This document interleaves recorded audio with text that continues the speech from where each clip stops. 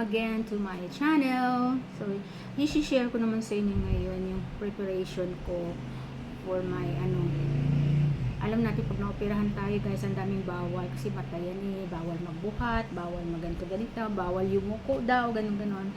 Tapos may mga 3 days na hindi ka maliligo. 3 days hindi pwedeng basain yung mata mo, yung ulo mo. So, okay lang naman yun kung hindi kasi malamig naman na yun. Inaabot ko nga ako ng 3 days guys, hindi naliligo sa sobrang lamig. Yun. Tapos, ang preparation ko ngayon ay Tuesday na. So, ang ginagawa ko guys, naglalaba. Yung tindahan ko, araw-araw na ako open para maubos na yung mga soft drinks, yung mga biscuit na para hindi ma-expired. Hindi naman lahat nabibili guys, pero marami na rin wala sa paninda ko, hindi na ako namili guys.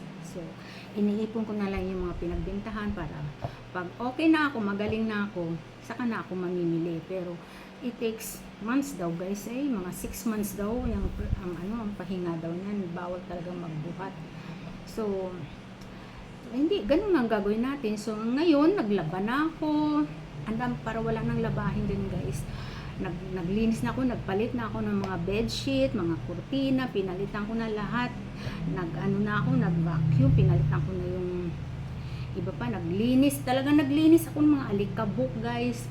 Ako last week pa ako naglinis unti-unti ng mga alikabok, mga cobwebs dyan sa Tapos, sa tindahan wala nang problema, hindi na ako namimili guys Last week pa hindi na ako namimili, pinapaubos ko na ng pinapaubos yung aking paninda, pero yung iba naman hindi pa rin, pero sakali man din kami naman ang gagamit niyan, kami naman din ang gagamit para hindi na ako mag-grocery.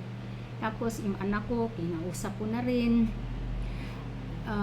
na siya magluluto ganun, o kaya bili ng ulam, or minsan sabi ng kapatid ko pagluluto daw niya kami ng ulam para hindi, kasi bawal nga mausukan. Pero sa siguro pag mga nakalipas na siguro ng ilang linggo, pwede na siguro magluto, pero sa wag lang daw yumuko, wag lang magbubuhat ng mabigat.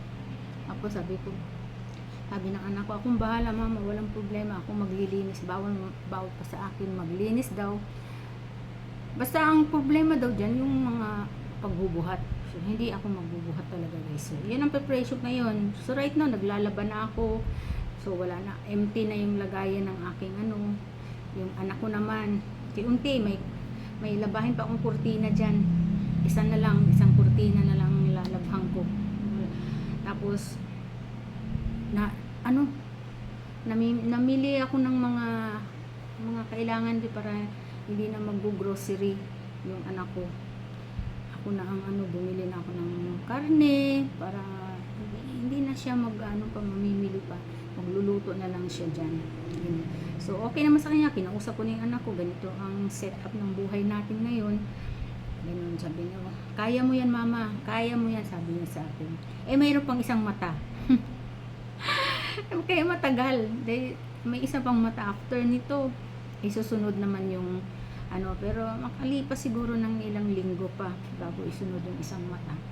Yun lang guys, yun yung preparation. Tapos yung preparation nga pala, dahil mayroon akong mild sedation sa araw ng akong operation, ang preparation ko sa 31 ang aking schedule. So 30 pa lang ng umaga, papatakan ko na yung aking mata nung pampatak daw. Every 4 hours daw yun. Tapos 9 a.m. of January 31, 9 a.m. ang last meal ko. 9 a.m. sa araw ng aking operation. Yun ang huli kong mild or soft diet. So pwede dong gatas or bread, ganun. Kasi baka yung operation ko after 6 hours pa. So 9, 10, 11, 12, 1, 2. So mga alas 3 ng hapon. So wala akong lunch guys. Gutom na gutom ako. Kasi nga mayroon akong may mild sedation ko through dextrose. i-dextrose ako. Pero dextrose, siguro hindi naman siguro yung, hindi ko alam kung ano ba to dextrose na mayroong ano, o yung ano lang, yung wala, yung nakakabit lang siya pero wala na yung ano, dito lang kasi sa ugat kasi i-inject yung gamot para relax ako, ganun. Yun ang preparation. So, merong fasting na 6 hours. Kailangan 6 hours walang laman ng tiyan, and then bawal ang pulbos, bawal ang lipstick, bawal ang gel sa buhok, mga ganun. Maraming bawal at maligo. Bawal nga ang pulbos, guys, kasi syempre sa may mata yan sa ulo yung mga kasi na ako yung naglalagay ako sa buhok ko ng yung basta yung sa hair polish para hindi siya yung parang dami kasing kulot-kulot sa buhok ko para neat siya tignan, ganun. Katulad ngayon, naka-hair polish ako, kaya ganun. Pero pag walang hair polish, yan parang mga damo-damong maraming parang mga baby hair na parang ganun, kulot talaga. Ayan, so yan ang bawal. So yan ang preparation ko, guys. Yun lang. So, please pray for me, guys, for my coming eye cataract operation. God bless. Bye.